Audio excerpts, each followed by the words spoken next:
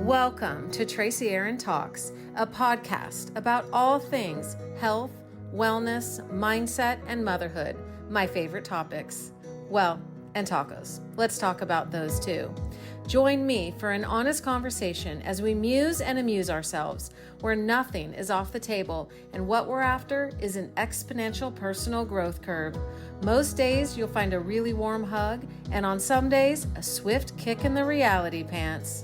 This is not a look at me, but a come with me conversation where we will take a real life look at health and wellness topics such as hormones, fatigue, mood swings, brain fog, toxicity, mold illness, the healing journey, and so much more. Mindset. It's a highly underutilized tool on any journey. Knowing that our inner world creates the environment of our outer world, we'll talk about what holds us back from living the lives we know we were meant to live. Motherhood will forever be my most profound and satisfying life's work. As a homeschooling mom of 5 kids, I've been there, done that, and got the t-shirt. I love chatting about the practicalities of managing a home, shepherding hearts, and how to create a family culture that you're proud of, and how not to lose yourself in the process. My mission is to transform women's lives by balancing their hormones so they can get out of survival mode and feel like themselves again. If you're looking for your new health BFF who has the curiosity to ask the big questions, the determination to find the answers, and the ability to find humor in it all, you are in the right place.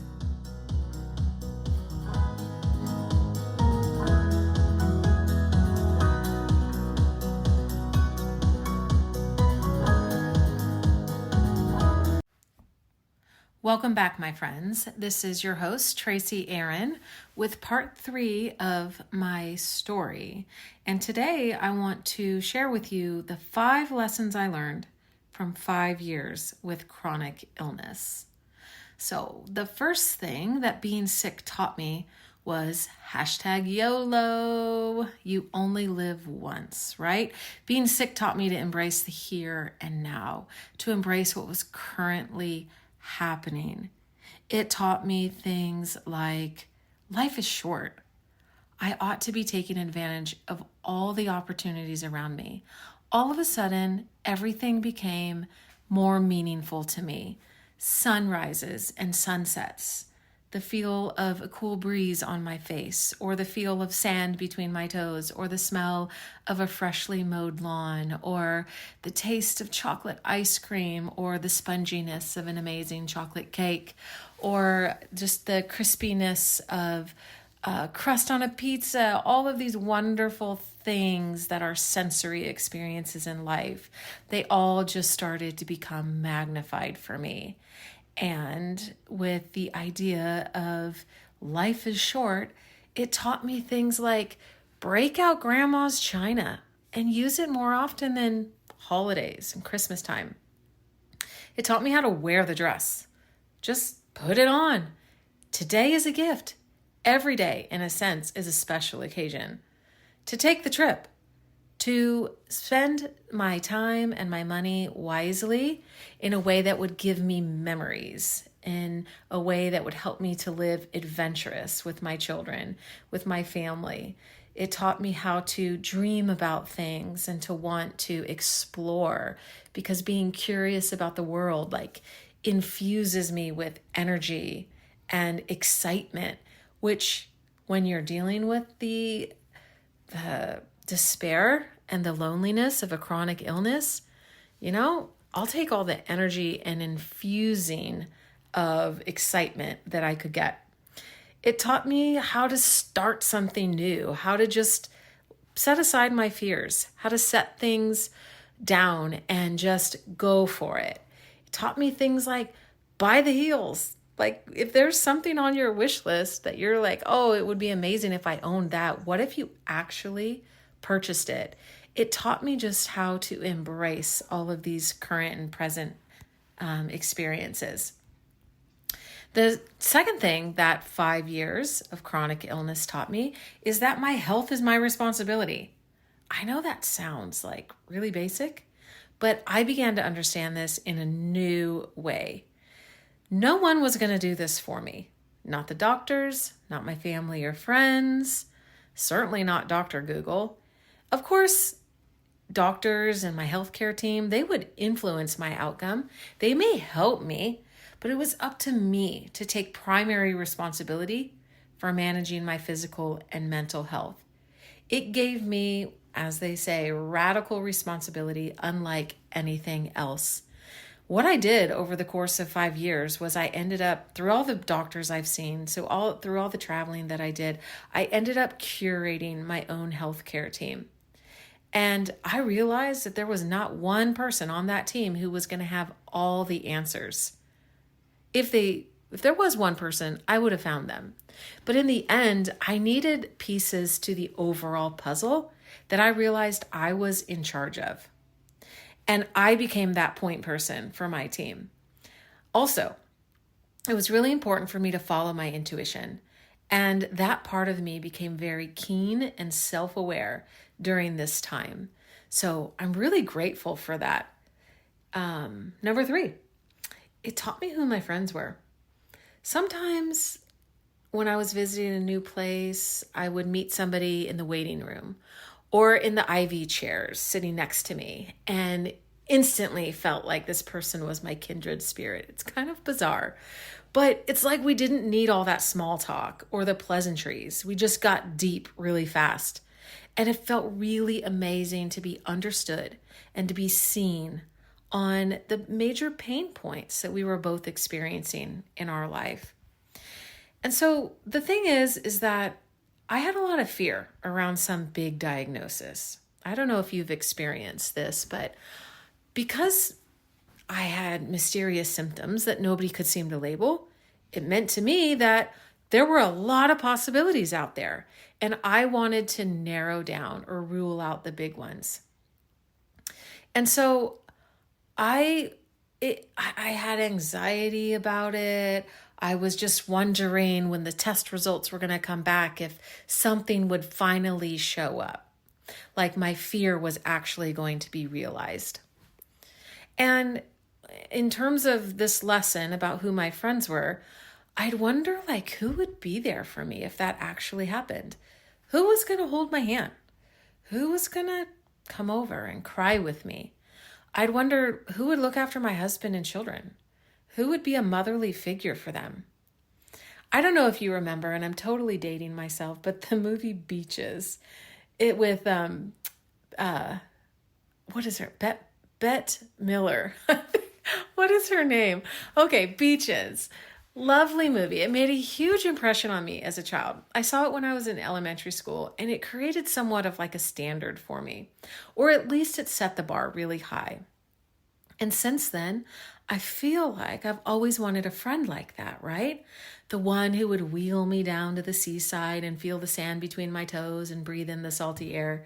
The one who would dance in the rain when I was too weak to do so. That kind of friend who was just going to be there for all of the ups and all of the downs. And I ended up growing to really cherish the people who would send me texts to simply say, I know you're suffering and I'm here for you. And the thing is I've been on this side of it too. And it's not always easy to know how to jump into somebody else's pain, how to relate to them, how to speak in actual care or concern for another person. It's really easy to feel like there's a bunch of wrong things to say, and so you say nothing at all. But it helped me to kind of sift through people who actually cared about what my day-to-day experience was like, what I was afraid of, what I was dealing with, and just what I was facing. And it made those friends really, really important to me. And listen, I knew better than to think that if there was friends in my life who, didn't reach out or didn't say the right thing or whatever, it was much more that they didn't know how.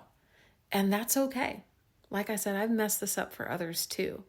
So it didn't put me in a place of judgment. I don't want to come across like that, but it really was a nice sifting process for me to realize who was going to be there for me through the thick and the thin. The fourth thing that 5 years of chronic illness taught me is that everyone has a story. It gave me a new level of compassion for others and what they might be going through. It became so utterly real to me that behind every strong person was their own story. You've heard that quote that says, be kind. Every person is fighting a battle you know nothing about. That became so real to me. I remember people watching and just thinking, I wonder what she's struggling with. I wonder what he's going through. I wonder what she's afraid of.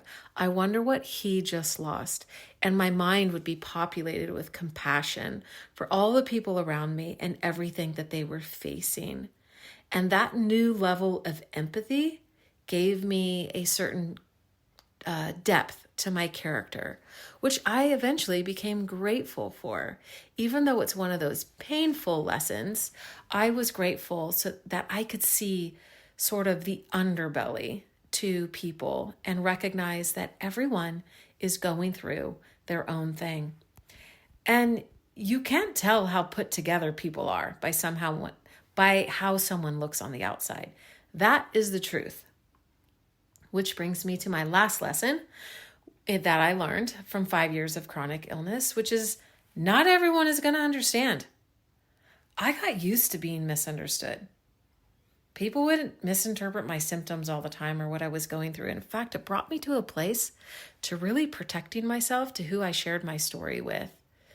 But people would minimize things like, oh yeah, I had that once too, or oh yeah, I live like that every day, or oh yeah, and you just feel like totally misrepresented, totally unseen.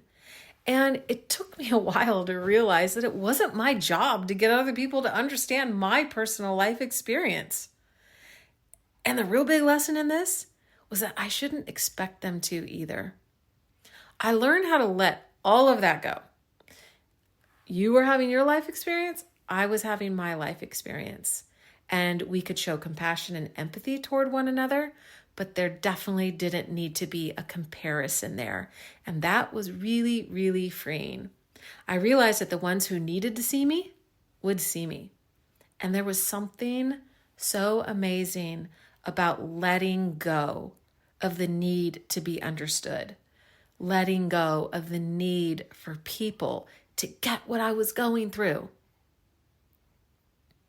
So these 5 lessons, the you only live once, my health is truly my responsibility and only my responsibility, the lesson of who my friends were, the lesson of everyone has a story, and the lesson of not everyone will understand.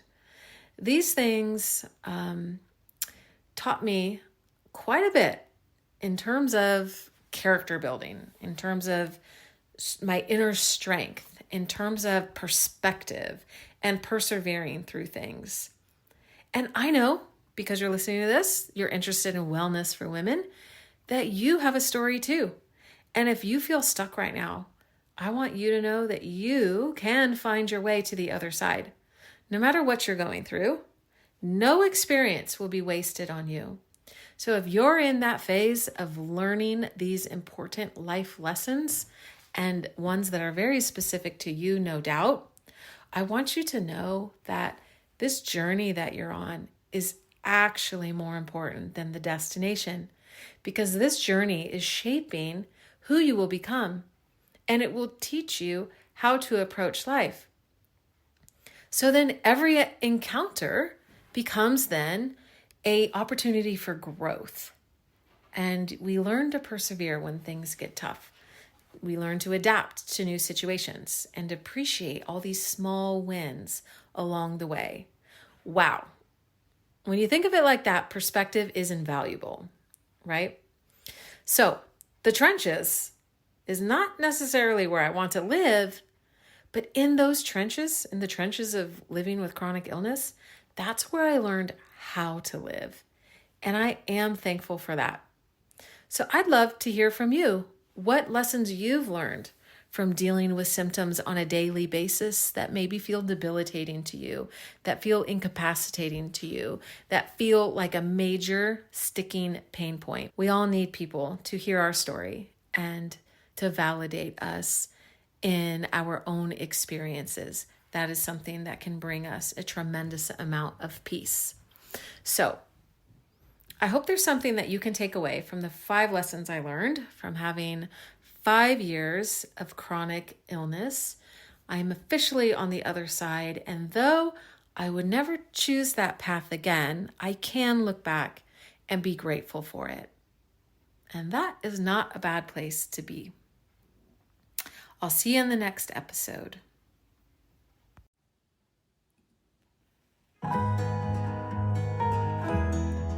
Thank you for joining me today on Tracy Aaron Talks.